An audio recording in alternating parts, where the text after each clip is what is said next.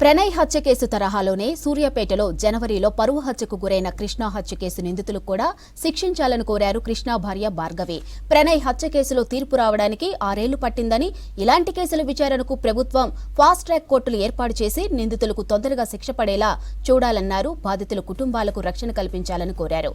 ఇక ప్రణయ్ తరహాలోనే కులాంతర వివాహం చేసుకున్నాడని కృష్ణను హతమార్చారు భార్గవి కుటుంబ సభ్యులు. కృష్ణ హత్య కేసు నిందితులను కఠినంగా శిక్షించాలని ప్రభుత్వానికి విజ్ఞప్తి చేసింది భార్గవి.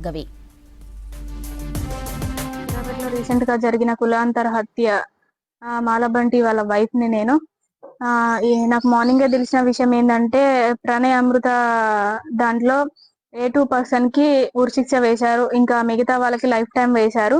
అదే నా కేసులో కూడా ఇంతే త్వరగా అంటే ఇదే విధంగా వాళ్ళకు కూడా ఉరిశిక్ష వేయాలి.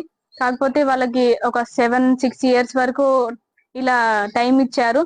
అలా నా కేసులో జరగకూడదు. ఇమీడియట్ గా వాళ్ళని ఇన్వెస్టిగేషన్ చేసి వాళ్ళని అతి త్వరగా వాళ్ళకి ఉరిశిక్ష పడాలి అని చెప్పి నేను కోరుకుంటున్నా. ఎందుకంటే ఇంకా ఎన్నో హత్యలు జరుగుతూ ఉన్నాయి. మీరు ఇంతే లేట్ చేస్తుంటే ఇక్కడతోనే బండితోనే ఇలాంటి హత్యలు ముగించిపోవాలి అని చెప్పి నేను కోరుకుంటున్నా.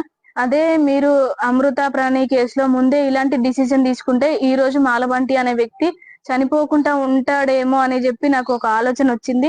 అదే ముందుంటే ఈ రోజు ఈ పరిస్థితి వచ్చేది కాదేమో అని చెప్పి నా ఆలోచన.